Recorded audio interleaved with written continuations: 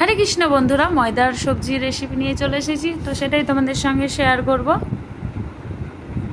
তো প্রথমে ময়দাটা সেনে নেব। আমি এখানে 500 গ্রাম ময়দা নিয়েছি। অল্প একটু লবণ দিয়ে ময়দাটা সেনে নেব, যেভাবে রুটির ময়দা সানে ওইভাবে সেনে নেব।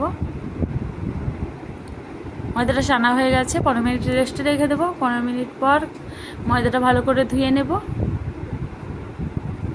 তো যতক্ষণ সাদা ভাবটা না যাবে ততক্ষণ ময়দাটা ভালো মতন ধুয়ে নেব।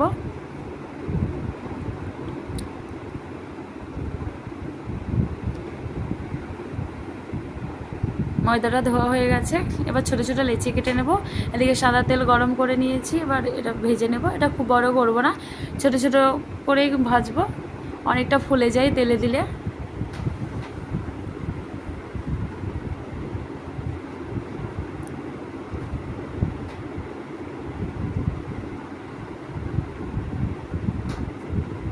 তোমার সবগুলো ভাজা হয়ে গেছে। এবার কড়াইয়ে সরষের তেল দিয়ে দেব। আলুগুলো প্রথমে ভেজে নেব। আলুগুলো ভাজা হয়ে গেছে, এবার গোটা গরম মশলা দিয়ে দেবো। দারচিনি, এলাচ, শুকনো লঙ্কা, তেজপাতা আর আদা, কাঁচা লঙ্কা, টমেটোর পেস্টটা দিয়ে দিলাম। হলুদ গুঁড়ো, জিরে গুঁড়ো, ধনে গুঁড়ো দিয়ে মশলাটা ভালো করে কষিয়ে নেব।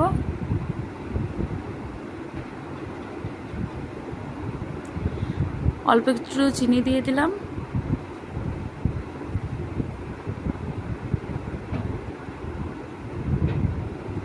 ভেজে রাখা আলুগুলো দিয়ে মশলার সঙ্গে ভালো করে কষিয়ে নেব।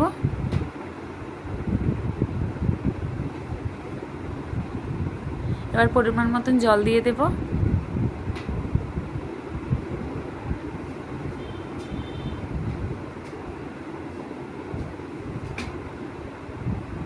স্বাদ মতো লবণ দিয়ে দিলাম,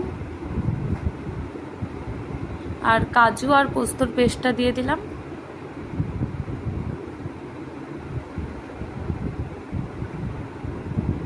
এবার বড়াগুলো দিয়ে দিয়েছি।